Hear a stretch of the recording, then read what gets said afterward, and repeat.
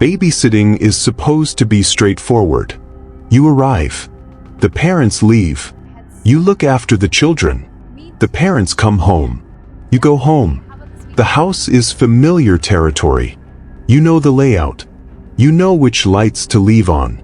You know how the children take their bedtime routine. You have done this before. What you have not planned for is the possibility that someone else knows the house too. Someone who knows when the parents leave. Someone who knows when you check on the children.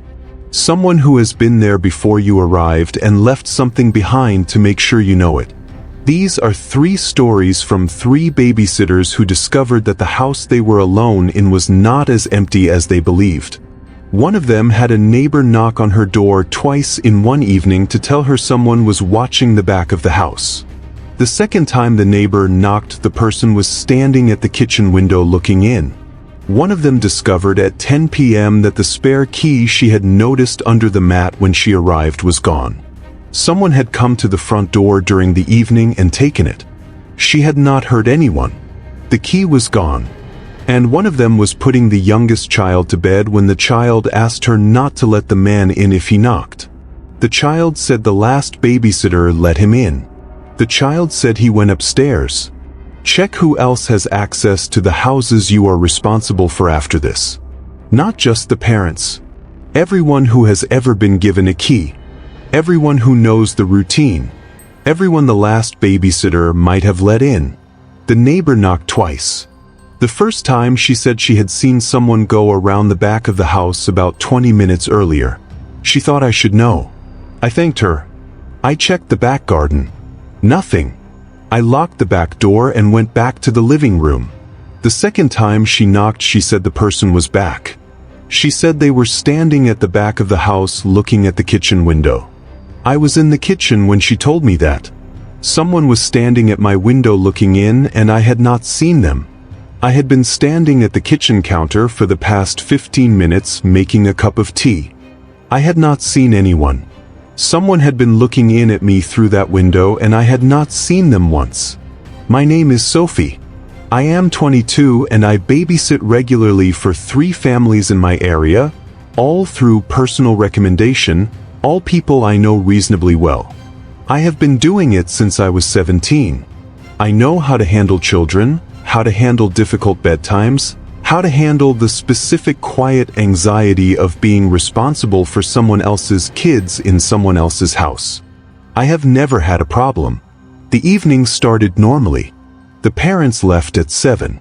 2 children, 6 and 4, both good sleepers, both in bed by 8 without any difficulty. I had the evening to myself. Television, my phone, the specific comfortable quiet of a house with sleeping children. At 9 the neighbor knocked. She lives in the house directly behind. The gardens back onto each other with a low fence between them. She is in her 60s, sensible, not the type to cause unnecessary alarm. She said she had been looking out of her kitchen window at around 8:40 and had seen someone come around the side of the house and go into the back garden. She had assumed it was the parents coming home early. Then she realized the parents' car was not in the driveway. She thought about it for 20 minutes before deciding to knock. I thanked her. I went to the back door. I unlocked it and stepped out into the garden. I walked the perimeter, down both sides, along the back fence. Nothing. No one visible. The garden was empty. I told myself it was probably a fox or someone cutting through between streets. I went back inside and locked the door. I did not tell myself that convincingly enough to stop checking the kitchen window every few minutes for the next hour. At 10 the neighbor knocked again. She apologized for bothering me twice in one evening. Then she said the person was back. She had seen them come around the side again about 5 minutes ago. She said they were standing at the back of the house, at the kitchen window, looking in.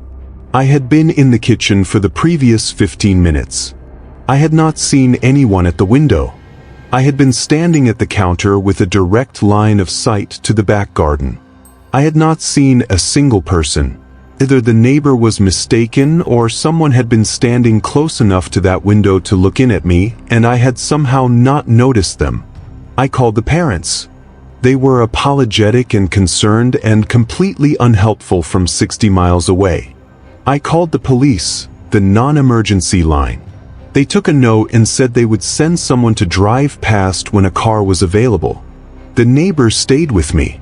She came inside and sat at the kitchen table, and we both watched the garden through the window. We sat there for 45 minutes. Nothing moved. The garden stayed empty. The police car drove past at 11:30. The officer knocked to check on me. He walked around the outside of the house with a torch. He found nothing. He said there was no one in the garden and no obvious sign that anyone had been there. The parents came home at midnight. They found me and their neighbor sitting at the kitchen table with every light in the house on. The father went outside and checked the garden himself. Nothing. I do not know who the neighbor saw. I do not know how someone could have been standing at a kitchen window looking in at me without me seeing them through the same window. I do not know why they came back a second time.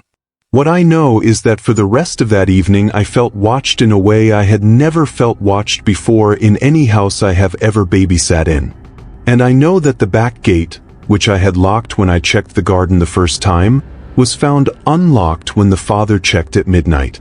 I had locked it. I had checked the lock. It was unlocked when he found it. I have not taken a babysitting job that does not have a working alarm system since that night. I check the back gate myself as soon as the parents leave. Every time. I check it myself. Sophie's story is about someone outside the house who made themselves known twice in one evening. The next story is about someone who never showed themselves at all. Someone who came to the front door, took what they came for, and left before anyone knew they had been there. The spare key was under the mat when I arrived. I know because I saw it when I wiped my feet on the mat before the parents let me in. It was there at 7 p.m. By 10 p.m. it was gone. I checked because one of the children mentioned it during the evening. Casually, the way children mention things they have been told not to touch. She said the key under the mat was for emergencies. I went to check, it was still there. It was not there. Someone had come to the front door during the evening and taken the spare key to this house. I had not heard anyone at the door. The children had not mentioned anyone at the door. The key was simply gone. I was alone in the house with two children, and someone now had a key to the front door. My name is Rachel. I am 19 and in my first year of university. Babysitting pays better than most student jobs, and the hours suit my schedule. The family I was sitting for that evening I had worked for 3 times before. 2 children, 8 and 5, a comfortable house in a quiet residential street. Nothing about it had ever felt anything other than routine. The parents left at 7. I made dinner for the children, managed the bedtime routine, had both of them asleep by 8:30. The evening was mine. At around 10 the 8-year-old came downstairs for a glass of water. While I was in the kitchen getting it, she said something that stopped me mid-reach for a glass. She said she was not supposed to touch the emergency key under the mat, but she had touched it once to see what it looked like, and it looked like an ordinary key. I smiled and said yes, those keys usually do look ordinary, and sent her back to bed. Then I went to the front door. I opened it. I crouched down and lifted the corner of the mat. Nothing. I lifted the whole mat.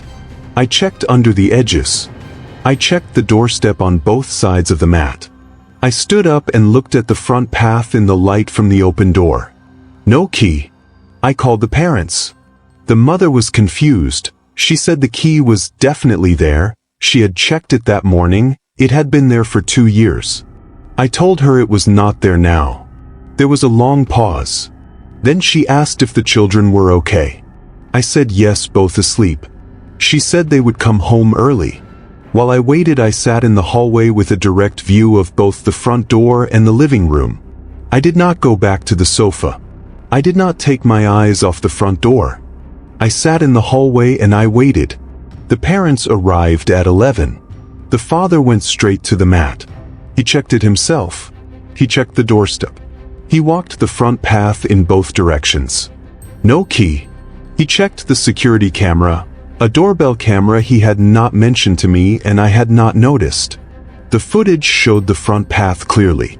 At 8:52 p.m. a figure had walked up the front path, crouched at the doorstep for approximately 15 seconds, stood up, and walked back down the path and out of frame.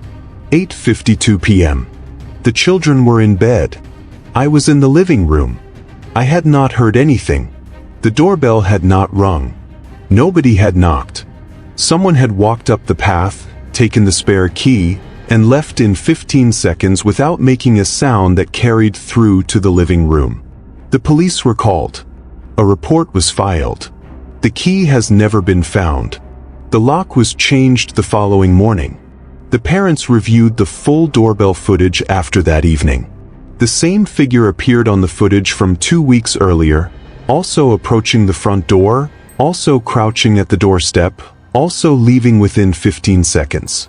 2 weeks earlier, when I was not there, when the parents were home. Someone had checked for the key 2 weeks ago and come back to take it on an evening when the parents were out. I think about the timing of that sometimes. About the fact that they did not take it when the parents were home. They came back and took it when the parents were out and a babysitter was alone with the children. I have not sat for that family again. Not because they did anything wrong.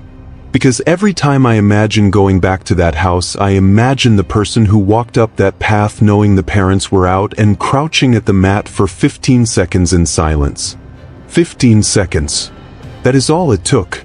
Rachel discovered that someone had planned their visit carefully enough to come back on a night when the parents were out. The last story is different. It is not about someone outside planning to get in. It is about something that had already happened inside, before this babysitter arrived, before this evening began. Something a child mentioned at bedtime that changed everything the babysitter thought she understood about the house she was sitting in. She asked me not to let the man in if he knocked. She said it quietly, the way children say things they have been told not to repeat.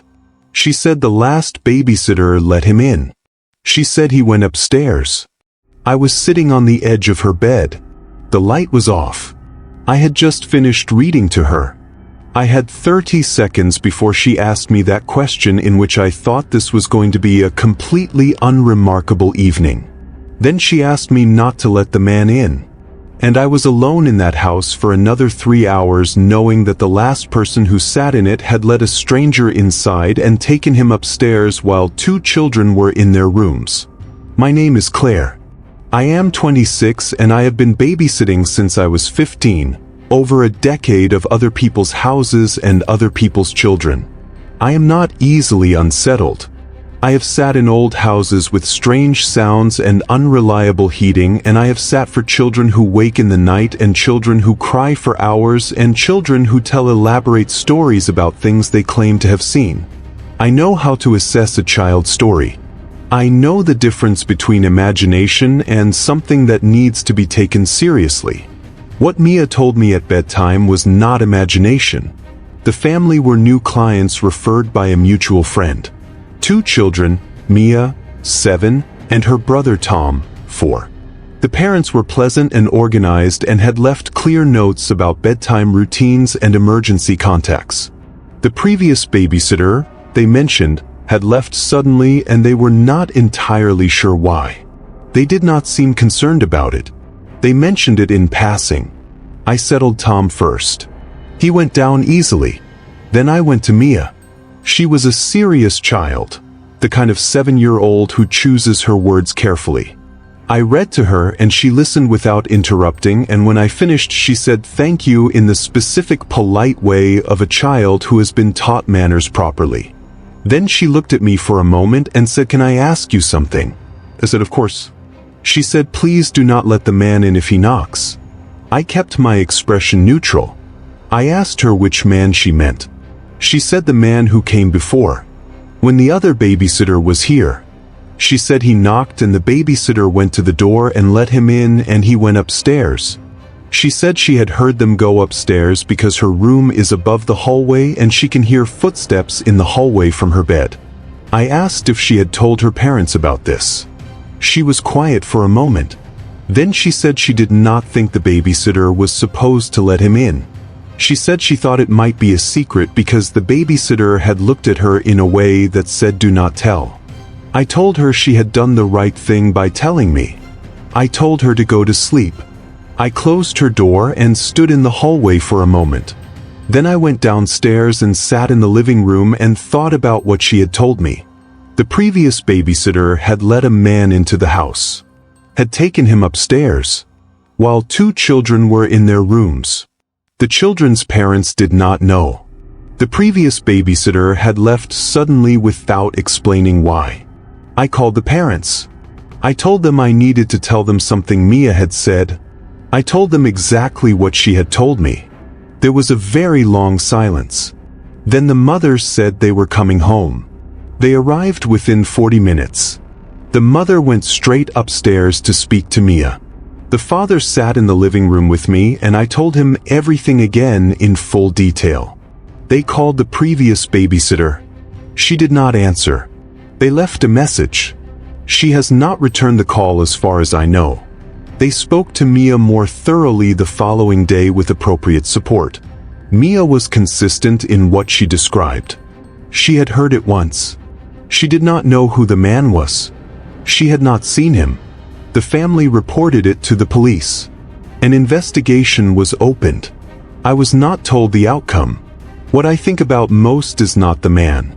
It is the look Mia described, the babysitter looking at her in a way that said do not tell. A child had been sitting with that look for weeks, sitting with the instruction not to tell, until a new babysitter sat on the edge of her bed and she decided she trusted her enough to ask one question. Please do not let the man in if he knocks. She asked me carefully and quietly and correctly. She asked the right person in the end. I hope that matters. I think it does. I know it was the right thing. But I also know she sat with that look for weeks before she asked. Weeks is too long for a 7-year-old to carry something alone. 3 babysitters. 3 houses. 3 evenings that did not go the way they were supposed to go. Sophie had a neighbor knock twice to tell her someone was watching the back of the house. The back gate she had locked was found unlocked when the parents came home. Rachel discovered the spare key was gone. Security footage showed someone had taken it in 15 seconds of silence while she was in the living room with the children. The same figure had checked for the key 2 weeks earlier when the parents were home and waited. And Claire was told by a 7-year-old at bedtime not to let the man in. The previous babysitter had let him in. He had gone upstairs. The child had carried that alone for weeks. 3 things to do if you babysit or if you hire a babysitter. If you babysit, check the perimeter of the house when you arrive. Not because something is likely to be wrong, because you will know the baseline and you will notice when something changes. If you babysit, know where the spare key is kept and check it is there. Check it early in the evening, not at the end. If you hire a babysitter, tell your children that they can always tell the babysitter if something feels wrong. The specific instruction that they are allowed to tell. Mia did not tell for weeks because she thought she was not supposed to. She needed to know she was allowed. Which story stayed with you most? Drop it in the comments below. Subscribe to Midnight Scary Stories for new videos every week. Turn on notifications so you never miss one. And the next time you are responsible for someone else's house and someone else's children, check the back gate. Just check it yourself.